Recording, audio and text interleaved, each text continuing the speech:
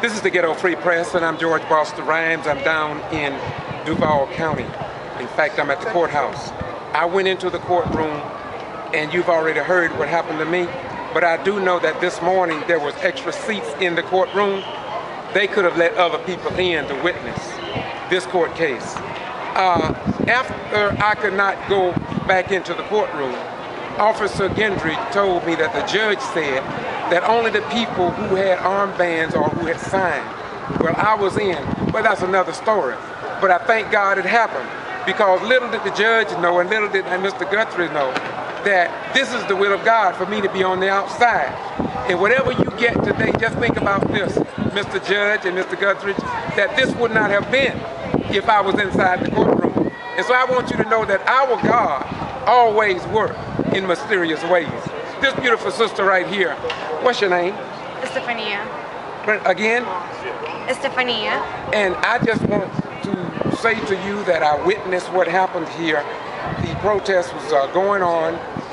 You called for a march, and I didn't see anything wrong with what you was doing, in my most humble opinion.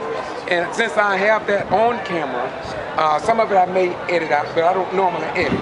But you did nothing wrong. So my thing is, what was the point of that you was trying to make, I think, about some elected official? We want you to get the time that you need and that you deserve. You got some of it up here. But what were you trying to say about elected officials here in Duval County? Yeah, basically, the people that are here today in this courtroom waiting for a verdict, the reason why we're here is because we have two specific demands. And people were getting off messaging, and I wanted everyone to go back into what we're here for. Therefore, I went up to people and I decided that we should all together chant for justice for Jordan Davis and the resignation of Angela Corey. And we should stop talking about our own preferable agendas. Everyone in here probably has a different God. Everyone in here probably has a different political view. But the truth is that we're here because we want justice for Jordan Davis, and we do not want Angela Corey to stay in office. So to bring back the messaging and bring back the intentions of being out here, I called this protest after 3 days in which women have had a minority time of speaking, and also people have been just guiding their own agendas. And this is all of our struggle. All of us are here for the same two reasons. So we marched, and when we came back, there was a time to speak about why we were here and why chanting and marching is not violent, and why we need to be out loud about what we are doing. And the reason is because of the prison system, because of our children being murdered. We cannot be represented inside of that courtroom.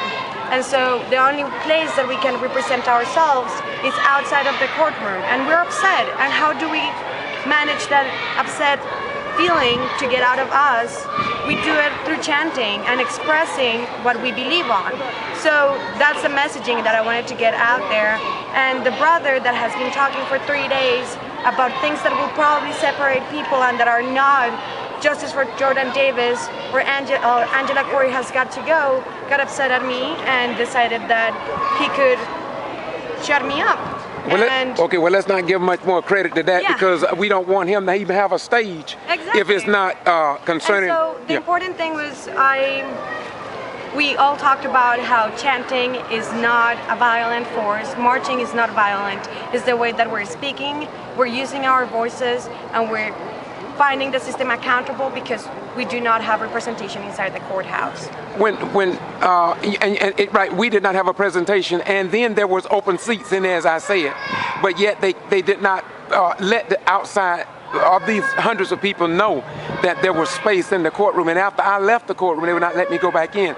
But how do you feel about when somebody said to you, and I saw nothing wrong with what you were saying, when they said these children are not your children? How do you take that?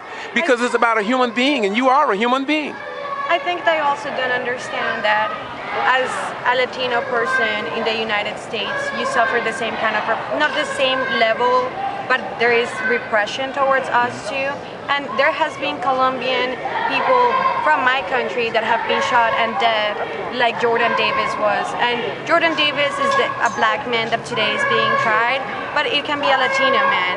And it's about our nationalities, and it's about we are oppressed nationalities, and they want us in the prison system or dead. And those are my brothers and my sisters. They come from indigenous tribes. I come from indigenous tribes too. So I will stand in solidarity with them, and I will make sure that people are able to speak out loud and give out their messaging as much as I would like them to be there if one of my brothers or sisters of the Latino community was targeted, like Jordan Davis, Trayvon Martin have been. My beautiful sister, I want to say this to you. I'm a black African American by way of Africa. And I want you to know that I have no problem with the Latino communities.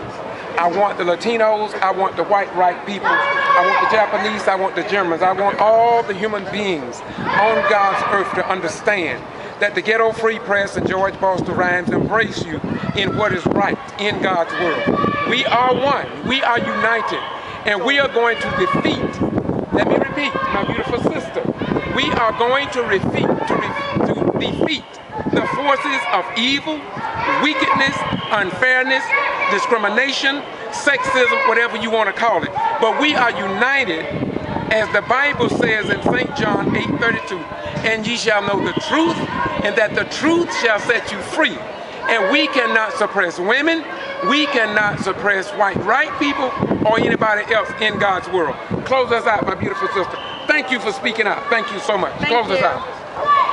Just if you're able to ever participate in demanding justice for anybody, and if you're ever able to come out and speak up and use your voice to make everyone's voices louder, make sure you do that, because that's the only way that we're going to be heard.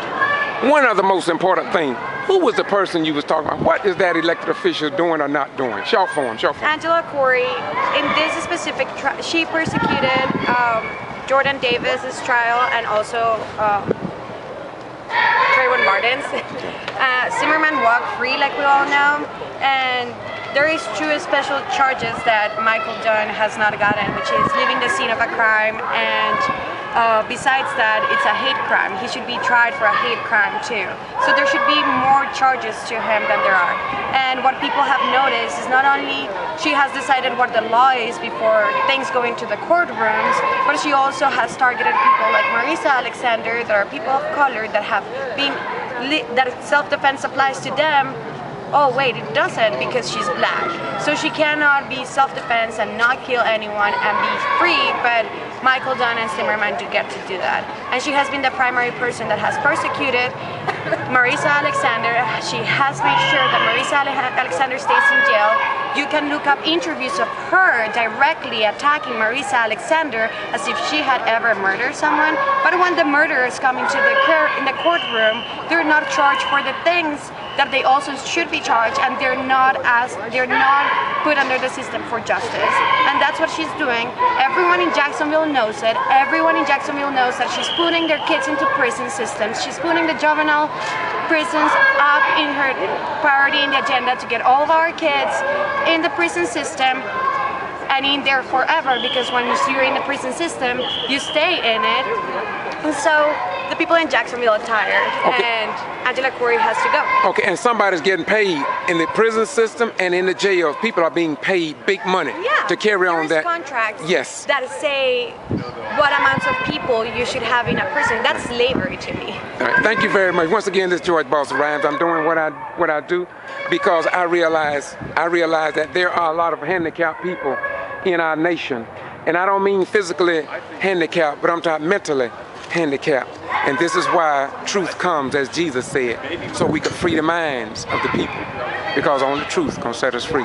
Thank God for the judge and Officer Guttridge for making this interview possible when they denied me the right to go back into the courtroom when I had been in the courtroom. We all know there was vacant seats in the courtroom, yet hundreds of people outside that could not get in. It just don't make sense under our form of government. The Ghetto Free Press doing what others ignore. Bye-bye, we're gone.